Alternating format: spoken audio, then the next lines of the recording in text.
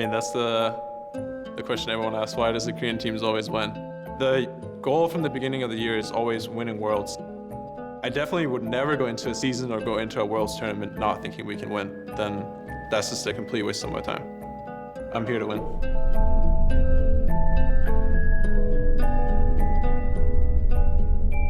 There's two major international events. One's the Mid-Season Invitational, where the #1 team from each region goes and plays against each other. And then there's the World Championship, where 16 teams from different regions all come to play.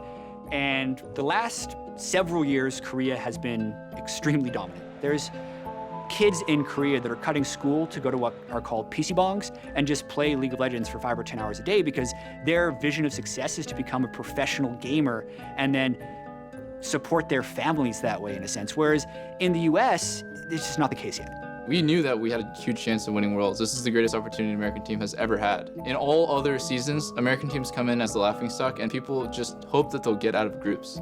They don't even consider that an American team might win. This time, the expectation was that we get extremely far and potentially win. One interesting thing about League of Legends is while there are coaches, their influence is completely outside of the game. So once you're playing, no one other than the players in the game can have influence. So in a basketball game, even though there's 5 players on the floor, the coach can yell plays from the sideline. That can't happen in League of Legends. So the shot caller, in a sense, is almost like an in-game coach as far as deciding what your next move is going to be, what your next strategy is going to be, reacting to situations that come up within the game, and making sure everyone's on the same page. Strategy as a shot caller is huge because if you know exactly what to do, it's going to be much, much easier to be able to call and tell your team what to do and pull your team together. And the whole thought was that with Yellow Star coming in, I could kind of really focus on my individual play and kind of the communication around my role, and I didn't have to micromanage or kind of double check that everyone is doing their job all at the same time because that's what he was known for. But in the end, it just didn't work out that well. TSM's damage or how they're going to try to counter this fight. Everybody's alive on the side of Energy. About statement game for Energy. About to close up here. What a play. All right, GG. Almost called it.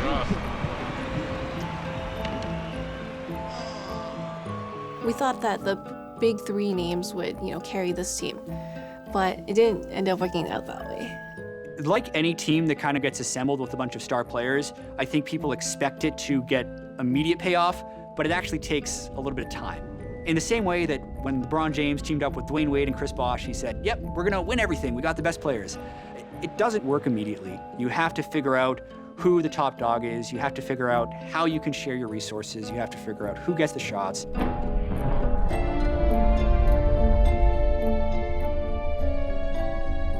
Soren and I, we got into a room and I was like, dude, this is so weird. I think we have to be the shot callers on the team. And he was like, yeah, I think so, but I don't want to. It's a lot of extra work and responsibility, and there's not really a huge discernible payoff.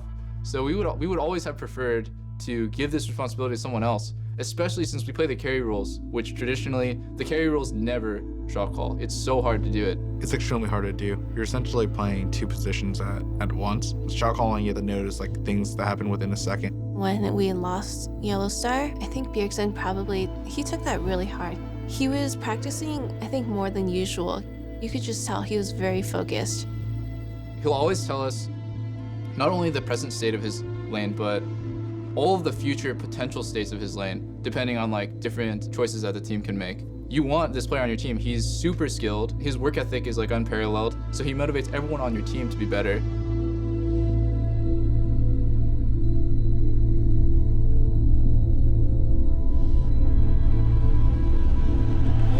These turns are going to mount, and TSM will win the first game in his best of 3. TSM is a team that has a game plan. They play very strong, clean-cut League of Legends. When we were winning summer, no one can really touch us. The run that TSM has put together is so tremendous. Everyone basically thought we were top 4 in the world, a super good team, maybe the best North American team to ever existed. TSM is playing this game exceptionally well. This is a guy who's always playing safe and has, over 40 less deaths, and when he gets ahead, it can be lights out. There's nothing much the enemy jungler can actually do when he can outduel you every time. Bjergsen is an example for what every player should be. He is undeniably the MVP. waiting on Immortals vs. CLG to start. Well, what's before that? What's before that? Oh, waiting for someone to get MVP. Nobody told me that he got MVP until today. Ladies and gentlemen, your 2016 Summer Split MVP, Bjergsen!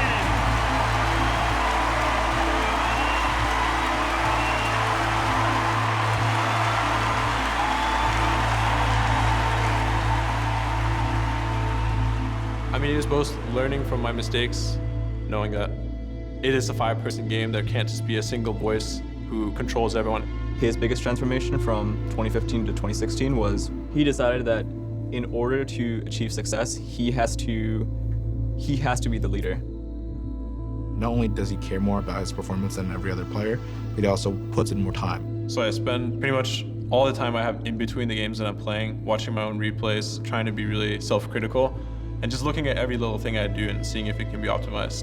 You can't play on a team with him and not feel like some sort of admiration because of how hard he works. He's usually the last one that's up. You know, he's still practicing, he's still solo queuing. There's pretty much never downtime of things that I can do. There's never where I can be like, oh, now I can just take a break. Because I can be playing a game, I can be watching my own game, I can be researching something, I can be watching games from other regions. He's like an adult now, like super mature, and he's just in charge of a lot of things. I just know when I'm calling a map play, people should just say okay, and when others are calling map play, just say okay. Like lane allocations, like these are things we have to agree on.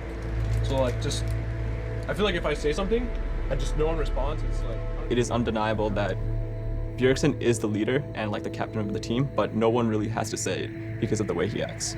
I mean, I just really wanted to win. Why would I have like taken time off of my education, even though I didn't enjoy it, move away from my family if I wasn't actually going to succeed? And second place didn't feel like succeeding to me.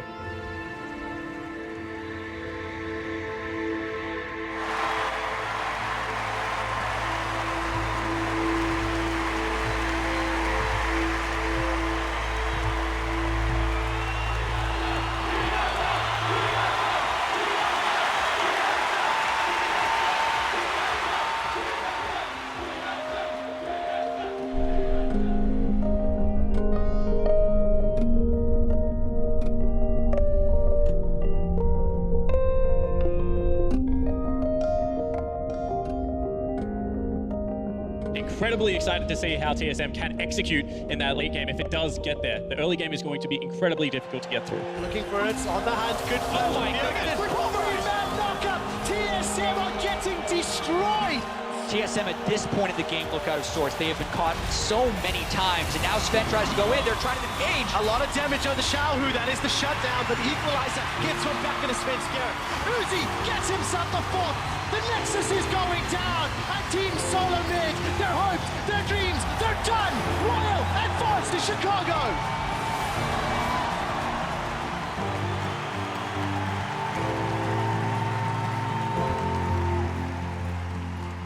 I think there were a lot of different reasons, but none of them is like a sole reason to blame. There's just a billion small things that we did wrong and a billion small things that we did right. I do think that the Worlds format being best of one is kind of unfortunate to us because the league moved into best of threes and best of fives all across, but all that stuff shouldn't really matter if you are the best team. So in the end, we weren't the best team. I try to still appreciate, you know, all the good things that I did, all the good things we accomplished as a team. In the end, you know, Worlds is really what shapes the whole season for me, but I don't see it as like the whole season was a failure, but I do see it as the ending of it was.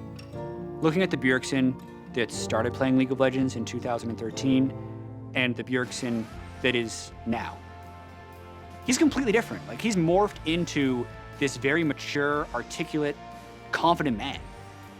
Bjergsen is someone who almost defaulted into a leadership position because he works so hard and because he is so good. So people naturally look up to him and want to know what he says and want to know his opinion.